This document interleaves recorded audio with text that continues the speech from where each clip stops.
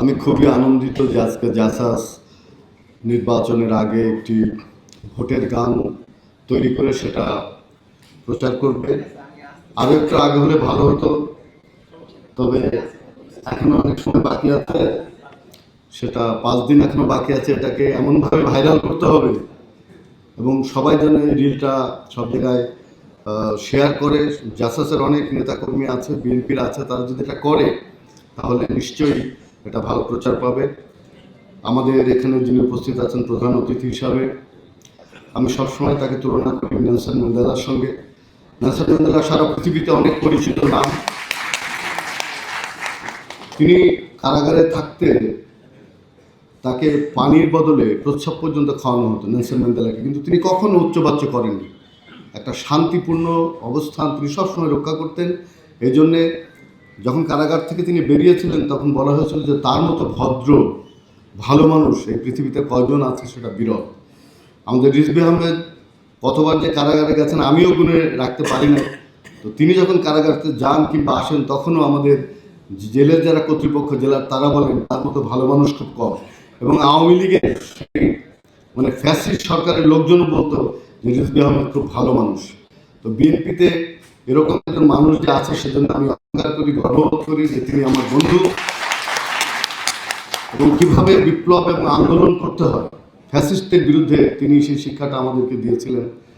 এবং আমি মনে করি বিএনপির আন্দোলন এখনো শেষ হয়ে যায়নি।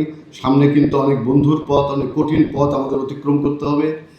আমরা যারা দেশের স্বাধীনতার সার্বভৌমত্বে বিশ্বাস করি, আমরা যারা মুক্তিযুদ্ধ এবং স্বাধীনতাকে আমরা বিশ্বাস করি, আমাদের শহীদ প্রেসিডেন্ট জিয়াউর রহমানের যে কীর্তি, তিনি যে স্বাধীনতার ঘোষক, তাতে আমরা যারা বিশ্বাস করি তাদের কিন্তু এখনই অবদমিত হলে চলবে না। বিজয়ের উল্লাসে কিন্তু আনন্দ করলে চলবে না। বিজয় সবসময় আসে, বিজয় কিন্তু ক্ষণস্থায়ী। সেই জন্য বিজয়কে ধরে রাখার জন্য কাজ করতে হয়। আপনারা জানেন সেই গ্রিক ট্র্যাজেডির কথা, যে যখন তারা ভাবছিল যে তাদের বিজয় হয়ে গেছে তখন কাঠের গোড়ার মধ্যে শত্রু ঢুকে পুরো গ্রিক ট্রয় নগরী ধ্বংস করে দিল। এরকম যেন না হয়। মানে বিজয়ের উল্লাস হচ্ছে বিজয় ধরে রাখার যে প্রত্যয় প্রতিজ্ঞা, সেটা বিএনপির এবং জাসাসের লোকজনের মধ্যে থাকতে হবে। সারা দেশে জাসাসের সাংস্কৃতিক কার্যক্রম বাড়ানো খুব জরুরি। এর জন্য আমাদের হেলাল ভাই আছেন, রোকন আছেন, আমাদের মনিরুজ্জামান মনির ভাই এক অসাধারণ গানের রচয়িতা।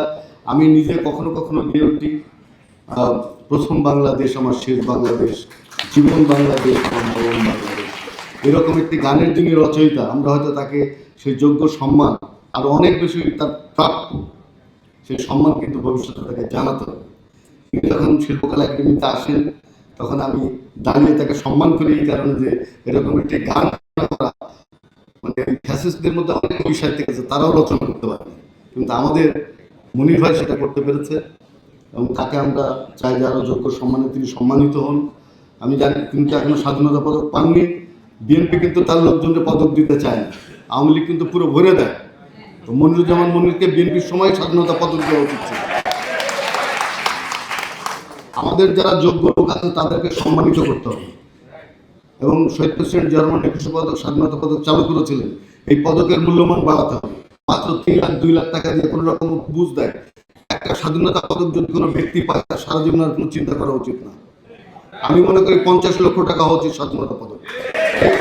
21 পদক হবে 50 লক্ষ টাকা। আমরা যে সমস্ত প্রকল্প তৈরি করে একটা প্রকল্প 1000 কোটি 2000 কোটি মুক্ত প্রকল্প কোনোদিন শেষ হয় না, কিন্তু আমাদের গুণী লোকরা সেখানে সম্মান পায় না। এই জন্য আমি মনে করি গুণী লোকদের সম্মান করতে হবে, সেটা হলো বিএনপির কাজ। এবং বিএনপি যদি সেটা করে, আমাদের জাসাসের লোক যদি সেটা করে, আপনি দেখবেন আমাদের সাংস্কৃতিক কর্মীর অভাব হবে না এবং আমাদের কবি সাহিত্যিক শিল্পী বুদ্ধিজীবীর অভাব নেই।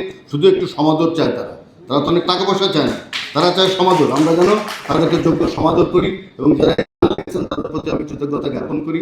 বাংলাদেশ শিল্পকলা একাডেমিতে আমি যতদিন থাকবো আমাদের দেশের শিল্পী সাহিত্যিক বুদ্ধিজীবী তারা সম্মানিত হবে, সেই আশা ব্যক্ত করে সকলকে অনেক অনেক ধন্যবাদ জানিয়ে